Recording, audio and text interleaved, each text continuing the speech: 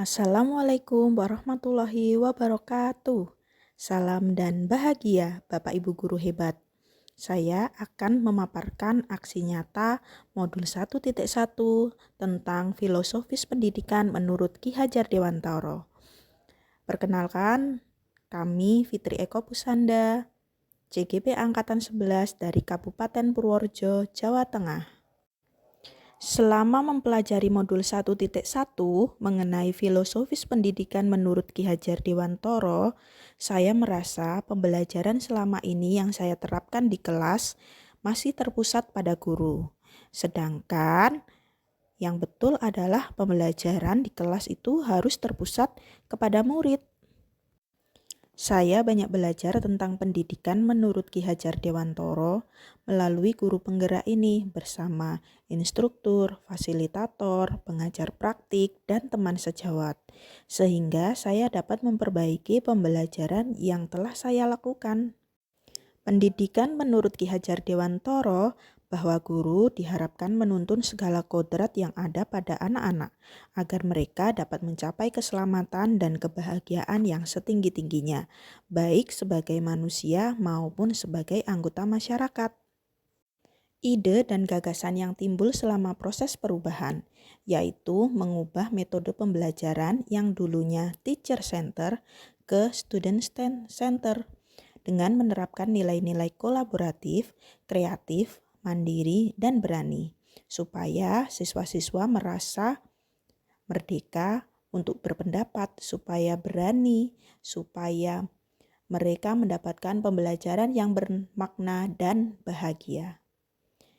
Salah satu caranya yaitu dengan perencanaan, kemudian membuat RPP, dan yang ketiga praktik mengajar. Perencanaan di sini saya berdiskusi dengan kepala sekolah dan teman-teman sejawat untuk membuat pembelajaran yang menarik dan bermakna. Kemudian saya membuat RPP menyesuaikan dengan karakteristik siswa yang ada. Saat pembelajaran di kelas, saya awali dengan berdoa dan menerapkan nilai-nilai kebiasaan yang baik. Pertama yaitu kita membaca Pancasila bersama. Kemudian setelah itu mengabsen siswa dan memberikan pertanyaan-pertanyaan pematik tentang materi hari ini. Kemudian saya juga memberikan penjelasan bahwa pembelajaran hari ini itu nanti akan ditetapkan secara berkelompok. Saat pembelajaran di kelas, saya awali dengan berdoa dan menerapkan nilai-nilai kebiasaan yang baik. Pertama yaitu kita membaca Pancasila bersama. Kemudian setelah itu mengabsen siswa dan memberikan pertanyaan-pertanyaan pematik tentang materi hari ini. Kemudian saya juga memberikan penjelasan bahwa pembelajaran hari ini itu nanti akan ditetapkan. Pemaparan materi melalui media proyektor yang bisa didengar secara audio dan visual. Jadi di sini saya juga menerapkan sesuai dengan gaya belajar siswa. Ada audio, kemudian video, dan kinestetik. Pemaparan materi melalui media proyektor yang bisa didengar secara audio dan visual. Jadi di sini saya juga menerapkan sesuai dengan gaya belajar siswa. Ada audio, kemudian video, dan kinestetik. Pemaparan materi melalui kemudian saya proaktif untuk datang ke masing-masing kelompok, memberikan penjelasan dan memberikan pendampingan kepada tugas masing-masing agar mereka bisa mengerjakan dengan tepat sesuai dengan arahan. Kemudian saya proaktif untuk datang ke masing-masing kelompok, memberikan penjelasan dan memberikan pendampingan kepada tugas masing-masing agar mereka bisa mengerjakan dengan tepat sesuai dengan arahan. Setelah kegiatan diskusi kelompok, masing-masing memberikan presentasi hasil tugas mereka di depan kelas.